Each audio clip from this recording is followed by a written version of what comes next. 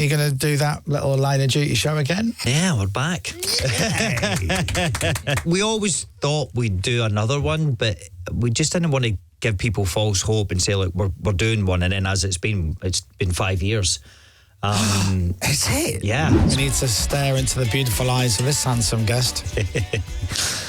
Stop it! No, pass me the ball. I'm going to be an actor. That's worse every time I'm on here. Listen.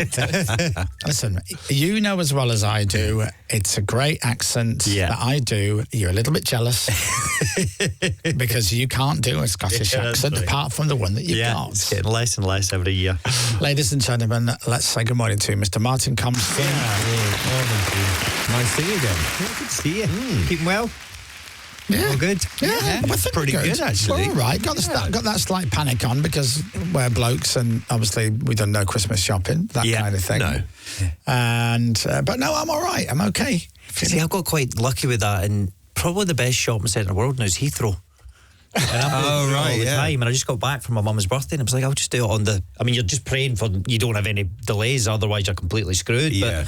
But yeah, I mean, I get most of mine done in the airports now. That's great. So, what percentage do you think you're done with the presents?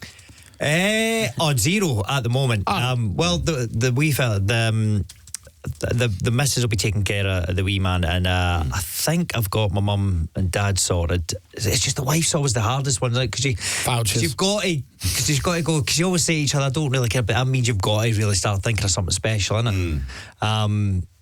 But yeah, I mean, Does she not do your list?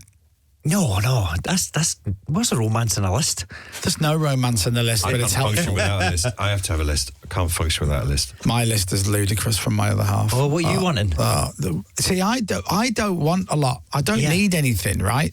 But do you not think that's not fair on people? Because I'm the same. I Like I know. always say, I genuinely don't really want anything, but my wife always gets me something really thoughtful, but it means she's got to do all the thinking.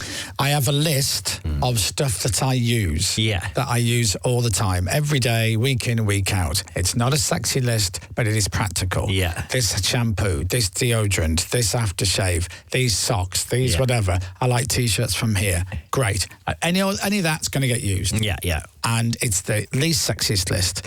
And then I only do it because my missus does it to me, and then I throw in some ludicrously expensive stuff. I think I want this year, what she got me last year. Do you know them Camry, like them spider bikes, like the 3-wheelers with the 2 at the front? Right. I want to get lessons for one of them. I do. I'm dying to get in one of them. I used to love the Billy Connolly documentaries. Remember, I used to go to Yeah. Though these ones, because in Vegas you don't need a bike license to drive those. So you can just get a couple of lessons and go get one. And they're not, I mean, they're not cheap, but they're not overly expensive. And that would be very cool. Yeah, they're very cool. They kind of look like the Bat bike a wee while if you get a kit to do it. Well, Billy looks cool. Billy looks cool in it. That's true. So you're here for how long? Where will Christmas be? Here? We alternate, so it's Vegas' turn this year. I think because I've been home most of that. I've been in the UK most of this year filming anyway. So I've only got back, and then I'm going to be here all next year filming. So it's nice to get back, so the wife can get a bit of time with her family and stuff. But all her jobs over there and stuff as well. So I like Christmas in Vegas. It's really quiet because I mean, Greenock, it's just, you know what it's like. It's 2 weeks on the bevy. Everybody just goes mad. It's great fun, but the older you get, it's just it's more of it's hard to get through it now. Yeah. Whereas there, it'll be a wee glass of wine on Christmas Day, and that'll be about it. James just did. We went out for drinks on Friday, and that was night number what for you? 10. 10 nights in a row. Yeah. I had the weekend off. I know. I took Saturday night off because I've got 12 on the bounce. Whoa. And I got back Saturday night, and I was supposed to go out, and I was like, I just can't do it. That'll do it. But it's the idea of it now. Because I start thinking about it. I tell my wife about this. I mean, because Americans don't, I think they'll do like spring break, but they never done like your 18-year-old holiday, did you? And she went, so you went for 2 weeks to Ayia Napa on the booze every night, and they were the best times of your life. But I couldn't get through it now. No. Age 2 weeks now. Yeah. Just 12. She never did that. She never went away with the girls to Torremolinos for the weekend. They do spring break. That's it, and it's like a couple of days. It's not a thing they do because they go to college. They don't start drinking until they're 21. See, it's going to be. Where was your child born? Here or there? Scotland. Oh, okay. Yeah. But raised in America. Well, we do sort of. We're very lucky. We do 6 and 6. See, that's going to be one of those things. things. His accent's quite because we just got we just got a wee dog, and I want to call it Jock, but his accent's kind of, so he keeps calling it Chalk. So we've settled on Chuck. Hey, That's nice. Don't shout Chuck the dog, whatever you do. Chuck the dog. Well, what are we going to talk about? I don't know what to talk to you about because there's so much going on. You're busy. Going on, is there? So Martin is going to be in the second season of Red Eye, which is coming out on New Year's Day on ITV. Now, obviously, you weren't good enough to be in the first series of Red Eye, or they couldn't afford you. And then, all of a sudden, you're going to be in it. And I was like, Red Eye? I'm like, Red Eye? Martin's in Red Eye. What's Red Eye? And I'm like, I loved Red Eye. It had your man in it. What's his name? Richard Armitage. Now, Richard Armitage. Big shoes for me to fill. Literally, he's a giant, man. He's a great actor. And there was a scene from it where he was stood in the airport. He basically stands at a table and shouts, I am being framed, blah, blah, blah, blah, blah. And ITV must have shown that trailer a billion times. To the point They were brave. They felt. I think they did that. Like, they never told anybody in the thing. It was brilliant. It was the first series did really well, and it's a nice pressure when you're coming into something to go and. Well, the hope is to try and take it to the next level because it was a massive success, the first one, and great. And a close friend of mine directed the first series and the first block of this. That's kind of how I started to come to it. Is I watched it and was a big fan of it because of him. But no, it's great. I mean, look, sometimes this job gives you gifts like. Running around, pretending to be a secret agent, talking into your wrist, putting all that ear so stuff. cool, It's great fun because for that kind of wee moment, you can get a kid on your James Bond. It's great. I genuinely, and I said that to. I try to keep reminding because there was it's tough days, but I love all the stunts and stuff. And I always just remind myself there's not many times people believe that you're an ex-SAS sort of bad guy and all that kind of thing. So it was brilliant fun. Really, really, really, really great time. I love the fact that you enjoy it. Well, you've got to remind yourself that something. It can be a tough job, but it's a brilliant job. You know, it's like playing grown-up cops and robbers. You know, I heard the best description I heard of acting was Jeff Bridges, and he called it advanced pretending. Yeah. And I really do think you can get lost and people can take it. And look, I take my job very seriously and stuff, but as well, it's supposed to be escapism. It's supposed to be people, and I think that's what's great about Red Eye is big, daft, glossy telly. You know, it's like sit down and just forget everything for a while. Like you can switch off. Like it's exciting. It's a proper thrill ride, and the writer, because there's bits. You start to, as you get in, you get older and you start to become like on the producing side of stuff, you start to think about the tone of stuff. And I was like, I don't like, this is getting a bit wild and a bit unrealistic. And the writer, Peter, is like a fan of Die Hard. And he's like, that's about a New York cop running about with a machine gun out of a skyscraper. You know, where they said, like, it doesn't make sense, but it's brilliant, you know. So it's. You have to suspend disbelief to a certain degree. But I often think as well when I'm watching stuff, like there's stuff like I love Marvel movies and superhero stuff. And sometimes I just noticed that the dialogue, it ain't Shakespeare, right? But when it's delivered with so much passion and so much realism, which it has to be, it just makes it, you know, like every so often, I just think, this is weird. Well, you watch The Avengers, which is brilliant, and great actors in it as well now, which I love, right? These superhero movies have got fantastic actors. And there's Scarlett Johansson wearing this skin-tight black outfit, and then there's Robert Downey Jr. dressed as a metal man, and blah, blah, blah. And you go, I love the fact that they go, it is what it is, this is what it is. Got to commit. That's the key to it. Like, it's got to be, for the audience to suspend the belief, then you've got to believe it in the moment.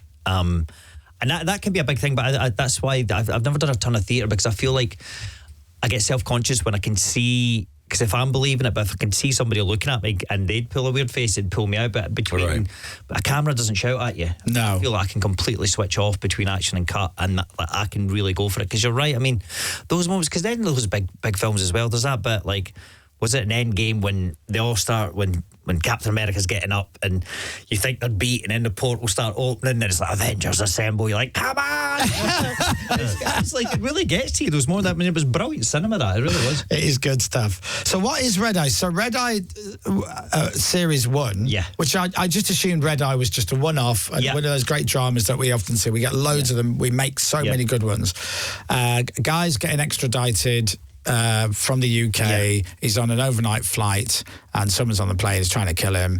He's been escorted back. Yeah. That's basically it. So this is a completely new story, but what I think it went so well, and with Jing and Leslie and stuff, they had a core little team there who were like the MI5 and the cops. So this is just like a new incident, as it were. And so they stay. They're back. Great. And then I am talking about suspending belief is I'm the head of security for the American Embassy. Of course you are. And things start to go awry in there. And what's really exciting about this one is there's sort of like two dual stories going on. There's like two events which are connected. And the plane element's still in one, but our main thing is in London, where I said it's all kicking off at the American Embassy. I said it was brilliant fun, sort of chasing Russian spies and all that kind of thing. Amazing. Brilliant. Yeah. Are you American in this? I have dual citizenship, so I'm an American with a Scottish accent. Oh! Is it like Sean Connery when he played the Russian submarine commander? But you don't think that was... I can't get into it, but that was so clever what they done. Like, it starts in Russian for...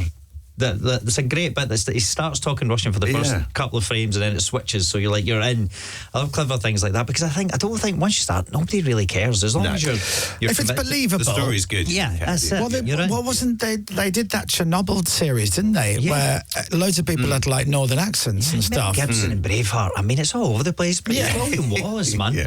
Well, that's the thing. It's I'd rather not have an accent at all than a really bad accent. I can't remember the film. Is it Blown Away or something, where Tommy Lee Jones plays like a baddie from Belfast? Yeah, and he's never been to Belfast ever, or met anybody from Belfast, and it's all a bit. It can be rough, those. So that's that. So they have to have a plane element in it if it's called Red Eye. I say they don't, but is that? Well, no, I think it will just move on, but I think they wanted to keep that to an extent, and then everything sort of moves to the embassy. But it's a thrill ride. It is proper exciting. I think it'll be good for New Year's Day telly. So that's Red Eye, ITV New Year's Day, and obviously because Martin is brilliant. Before that, on December the 12th on Paramount Plus, he's in The Revenge Club, which is a 6-part dark comedy thriller. Yeah. And where was that filmed? Dublin. Oh, lovely. That's a bad place to put you, Dublin, isn't it? Yeah. It was great fun. And I just missed Oasis at Croke Park as well. I've got a couple of places, but because my main pub I drink in there is O'Donoghue's. Yes. In Dublin. And I love I saw the after party there, and I was like, oh, yeah. But that would have been a good night. But no, I'm really chuffed with the show. It's a little bit out of my comfort zone doing the comedy stuff, but it's about these group of divorcees who meet in this kind of therapy group, and they start to go for a drink after work, and then they start to kind of tell each other their stories, and one of them's been particularly done over in a kind of horrible way, and they sort of band together to take revenge on that person's ex, and then they kind of get a kick out of it, and then they go, all right, well, who's next? And it starts like fun, and then it just spirals, and then I like people it. end up. Who else is in that? Mira Sayal, Doogie Henshaw, Sharon Rooney, Amy Fiona Edwards, Sinead Killar. It's terrible lineup. Cracking little cast. That Paramount Plus money kicking in. Look at that. It was great fun. Like I'm really chuffed with it. And like Mira's like British comedy royalty, you know. So it was, and her and Sharon particularly have got funny bones. And it was. I came a week late because I was in Red Eye, and then it's obviously with comedy as well being out my comfort zone. It was kind of hard because they're all improvising and stuff, and you're a bit panicking, and you go like you want to say something because you thought it was funny, but then you didn't think it was that funny, so you didn't commit.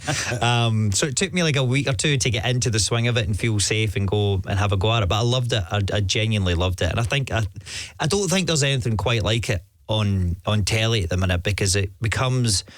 I mean, it starts like a comedy, and then there's a bit of like I think one line I've got, we're kind of like a pound shop Ocean's 11, you know, it's a little bit of a caper, and then it gets really dark because things start to go really wrong. So I don't think you can quite, which is a good thing, you couldn't quite pin it down to a genre. Right. I like shows like that, though. That's Paramount Plus are good at doing stuff like that. And then next year, are you going to do that little Line of Duty show again? Yeah, we're back. Can I be in it? Well, if you want. I mean, you want to do that Scottish accent? Well, I could do Scottish. I mean, as you know, I can do an array of different. Yes, you can. You're a very talented man. I'm just. We always thought we'd do another one, but we just didn't want to give people false hope and say, look, we're doing one, and then as it's been 5 years. Is it? Yeah, it's been. Yeah, it was before we finished it in COVID. I mean, remember Wow. Blimey. that? So it's been a while. But again, the thing with that is, I'm excited to get back now. Yeah. Rather than you can do things and you do it again and again and again, and you're like, and it feels like a bit of a chore going back with this. Like, I'm excited to get my waistcoats fitted and all that kind of thing and start playing with the accent and all that. It's good. I mean, I'm really, and always, because he's took that time, he's got a great story. It's exciting. Like he's a page turner already. So yeah, get back to Belfast. Eddie do the cooking. Vicky bosses and about all that. And it's good. And it's good for Vicky as well, because she doesn't really do much work. Very quiet. She's done 4 series of Trigger Point in between. That blows my mind. Wild. I know. And but again, that's the bonus of that thing is breeds success. I mean, we've all been away working on other things, you know, so we're very lucky to be in that position. And Jed himself's been away doing a massive Netflix show. So it's the kind of first time we said, all right, next year we'll all clear our diaries for that. That's the thing. It's your diaries more than anything else, isn't it? Trying to get you need everything. the 4 of us together, and then some of the other cast they've got coming in is quite exciting. I'm delighted it's back. It's going to be back. So you'll start shooting that next year. Yeah, next year. Yeah. And then will we see it next year or maybe 26? Well, I mean, things turn around. I mean, I only finished the Revenge Club in August, and it's out this week. So the turnaround. But I think with that, they like to take their time. Yeah. So we'll see how it goes.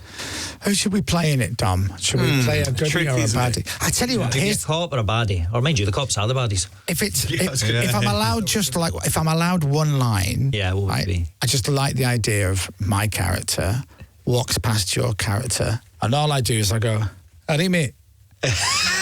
And you just give me a very subtle double look whilst Vicky's character keeps walking and says something else, and then it's never mentioned. That's it. It's never mentioned again. Like that. Does that bit? What was that one in? I love stuff like that. What was the one in? Was it Saturday Night Fever when Rocky walks past? bumps it? That's good. So cool. But he's never spoke about that. Yeah. Well, look out for me in Line of Duty coming out 2027, and then look out for these 2 great shows as well. So you've got starting on the 12th of December, The Revenge Club on Paramount Plus, New Year's Day for the second series of Red Eye. Lovely to see you. Lovely to see Merry you. Christmas to you. Merry Christmas. Martin Compston, ladies and gentlemen. There he is. Radio X.